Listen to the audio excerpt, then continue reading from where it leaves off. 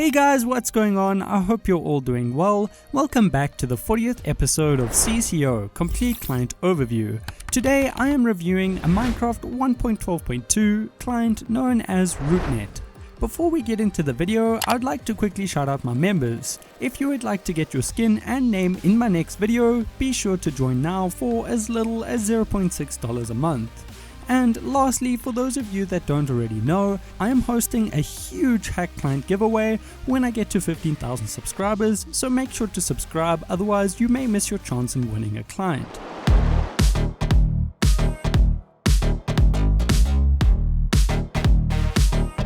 For anyone that has not heard of the Rootnet client, it is yet another client built for the Minecraft 1.12.2 Anarchy environment. Rootnet claims to have powerful modules that are leagues ahead of the competition. We will see how true this is later in the video. Rootnet is not a free or open source client. To gain access to Rootnet and its features, you will first need to make an account with an email and password, and then you will need to make a one-time payment of $20 US.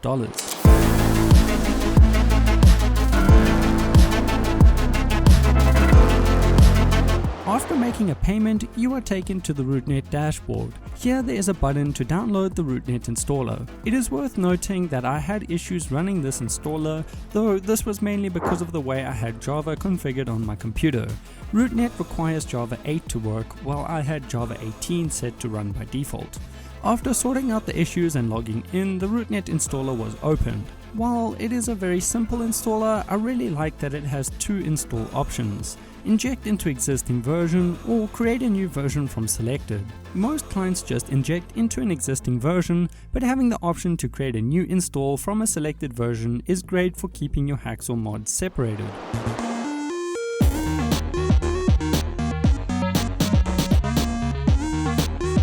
There is not too much to say about the Rootnet website. It is very simple.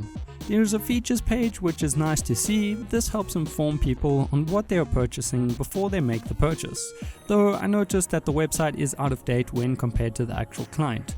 While the website lists 87 modules, the client comes with 99 modules. After paying for a Rootnet license and accessing the user dashboard, you have the option to join the official Rootnet Discord server.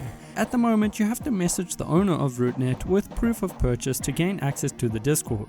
This could and should be automated with a very simple Discord bot. Though, in fairness to Isaac, the owner of Rootnet, he read my DM and gave me access to the Discord server within 10 minutes of me messaging him.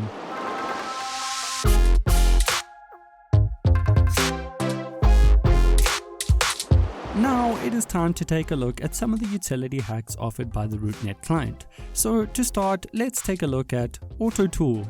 This module automatically switches to the best tools for whatever block you are trying to mine. Auto Replenish. This module automatically refills your hotbar with the same item from within your inventory. Speed Cap. This module stops you from traveling faster than a set speed limit. This can be useful for speed hacks to prevent lag or even to find out how fast you can go before a server kicks you. Logout Spots. This module highlights a player and the block that they logged out on, so that you can set a trap for when they return. Chams. This module makes entities visible through blocks so that you can see all of the entities around you. Overall, the utility modules offered by Rootnet are decent, but sadly most of them lack settings.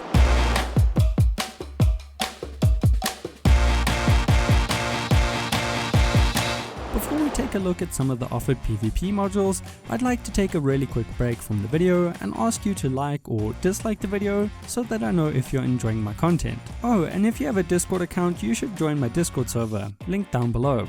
Thanks for all of the support. Auto Crystal. This module surprised me. It lacks so many settings when compared to other clients that I've used, but the module works surprisingly well. Offhand. This module again works, but it has no custom settings, making it less effective than other offhand modules offered by other clients.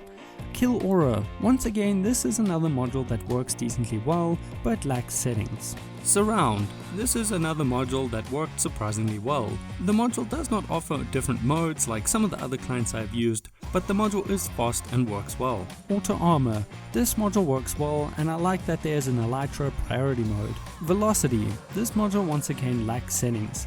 Most clients let you set how much knockback you take, while Rootnet only lets you enable or disable knockback.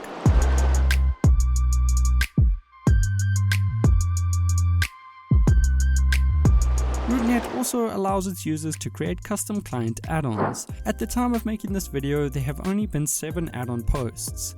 Some of the most interesting or weird include Frog ESP. This add-on literally just displays an image of a frog where a player would be. It is completely pointless but kinda funny. MC Voice. This add-on lets you control the client with your voice. You can enable or disable modules, and you can even direct baritone through audible commands. Packet Blocker. This add-on lets you manage or block packets from being sent. Not useful to the everyday user, but an interesting feature nonetheless.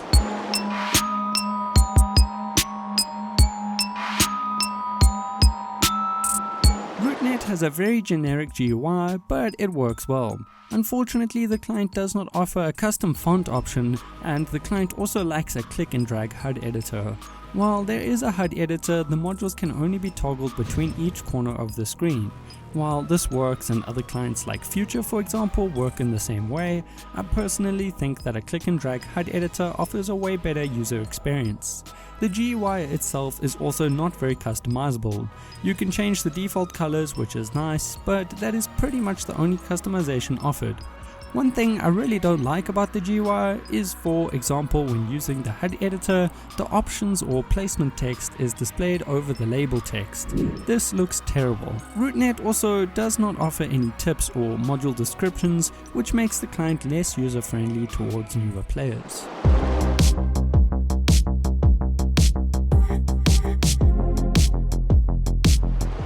Having issues with the Rootnet installer, I sent Isaac a message on Discord asking him for help, and he responded fairly quickly. There is no support ticket system, but there is a support channel in the Discord server for anyone that needs help with the client.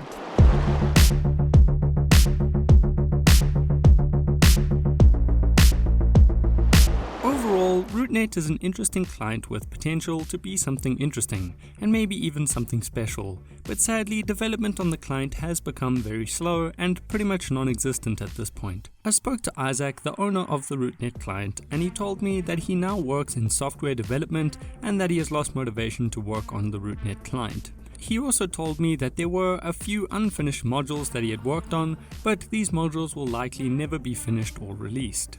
He mentioned some fairly interesting modules, but I'll speak more about these in another video that I'm currently working on. In my honest opinion, I do not think that Rootnet is currently worth $20.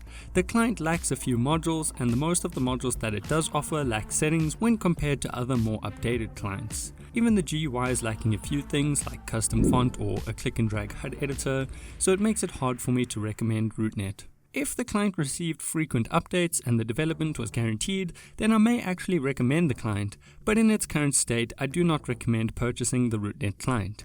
If you do purchase the client, you likely won't receive any updates. It is sad to see yet another client with potential go to waste, but I do understand that maintaining a client and keeping it up to date is a lot of work. If you are still here and you enjoyed this video, please consider leaving a like and maybe even consider subscribing. Thanks for all of the support, I really appreciate it. Anyways, it has been your boy KiLAB, peace in the Middle East.